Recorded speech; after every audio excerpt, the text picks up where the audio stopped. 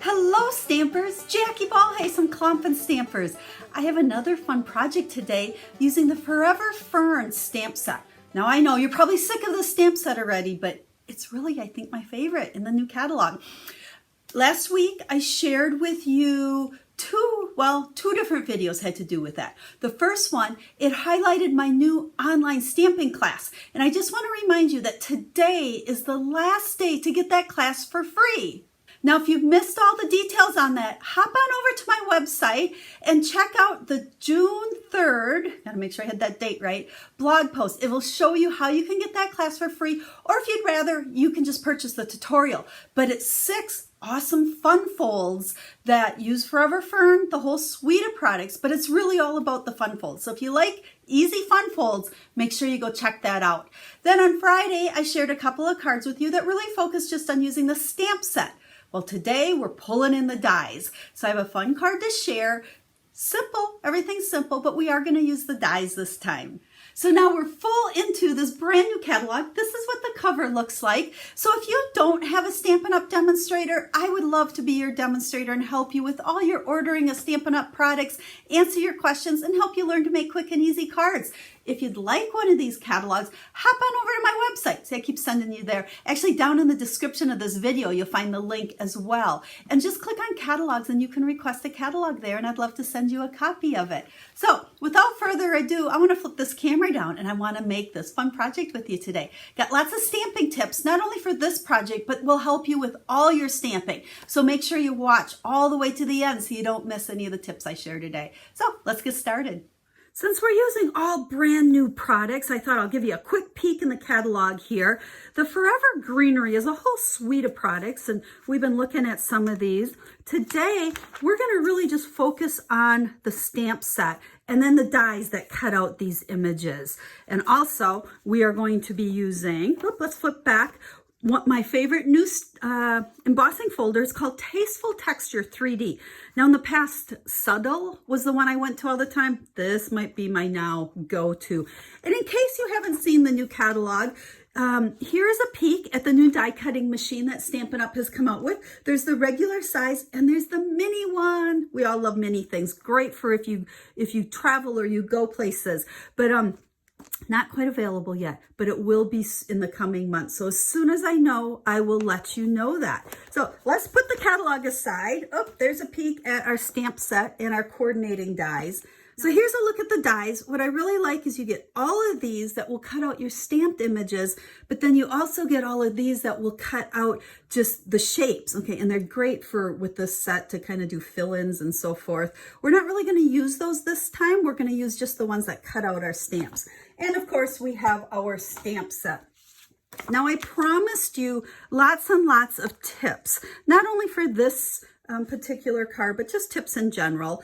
Now, the first one I want to share with you is this stamp set is very detailed. You can see there's so much detail in this image. Now, when you're stamping with any of these detailed stamp sets, if you're not getting a really crisp image that's showing the detail in there, it might be because your ink pad is too juicy. So the fix for that, without wasting any ink, is just take a plastic spoon. This has become like a tool in my stamp room now. And I take my ink pad and I just push the ink out to the sides. And you can go both directions.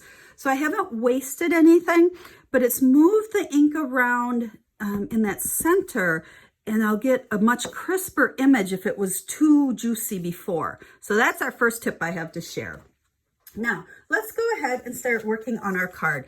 This is just some scrap that I have of Whisper White, and I am going to stamp 4 of the different fern images. Oop, I cut an edge, but it doesn't matter because I'm going to cut this out anyway. So we'll do that one.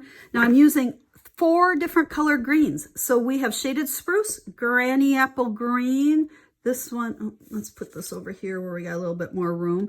Garden Green and Pear Pizzazz. So we'll go ahead and stamp all of those. And then what I'm going to do is take my dies, and you'll see how these all match up here to cut these images out. And then I'm going to run over to my die cutting machine. It's on the other side of my room here. I'm going to cut all of those out. But also while I'm there, we're going to pull in our embossing folder, the one that I just told you about, And I have a piece of cardstock here that is 3.5 by 4 3/4. And I'm going to just go ahead and I'm going to stick it in here to emboss it. Now, just a reminder on embossing folders, the ones that Stampin' Up! Currently carries, there's the couple regular ones, but most of them are what we call the 3D embossing folder. So if you do use the Big Shot, your sandwich is going to be the platform, your 3D embossing folder, and then the 3D embossing cutting plate. Now, unfortunately, this is not available any longer. So if you only have the clear regular plates, what you would do is you'd put that on instead, and then you're going to have to use a shim. So you can use like the backing from a package of designer series paper, a few layers of cardstock, the silicone craft mat works great, but you'd put your clear plate and then some shim to get enough thickness. And every machine's a little bit different, so as you run it through there, you'll think, oh, need a little more pressure, oh, need a little more pressure, and you'll figure out what that shim is. Now, when we get the new Stampin' Up! Embossing machine, we'll have great sandwich information for that. So, gotta keep that there. So I'm gonna run over to the Big Shot, and we are going to do that, and we're gonna cut out all of these dies, and I'll be right back. Okay, there we go. We've got our ferns, we've got that piece. Now, I've got a bunch of cardstock here, same greens. We got garden green, shaded spruce, pear pizzazz. Now, don't worry about all these measurements and the colors, because over in the website, I will have today's blog post. We'll give you pictures of these cards as well as the card recipe, and which really means all the cutting instructions and list of all the supplies and colors that I used.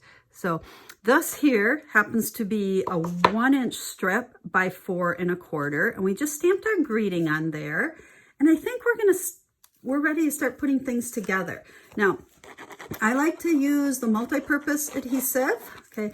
Now remember, if you do use this, you have to be very careful to not use too much. I hear all the time that people don't like this adhesive, and it's always because they use too much and it gooshes out on them. So keep it very thin. You don't need much. It holds awesome. And so we're going to just layer that. So at this point, really, our card is just going to be a bunch of layers. So we've got that, that, and that. Now, what I want to share with you is sometimes I know we struggle when we have a lot of parts and pieces. How do we put the card together? Well, Scotch tape is another one of those tools that is always in my stamp room. And what I'm going to do is these branches, or ferns, I guess they call them, I want some to come off the top and some to come off the bottom. Now, we do know that this is 4 1/4 wide, which is the width of our card. So I have to be careful that I don't come over the edge, that left edge there.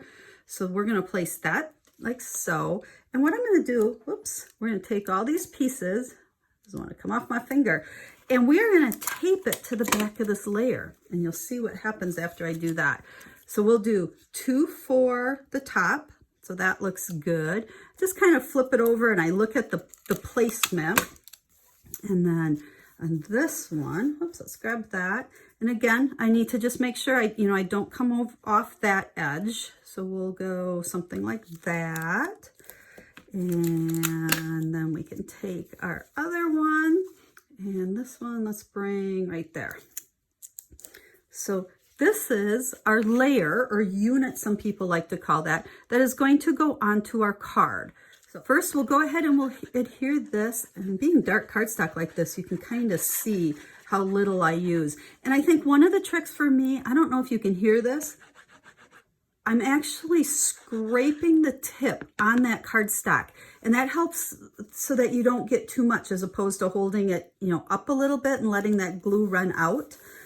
So we'll go ahead and stick that there.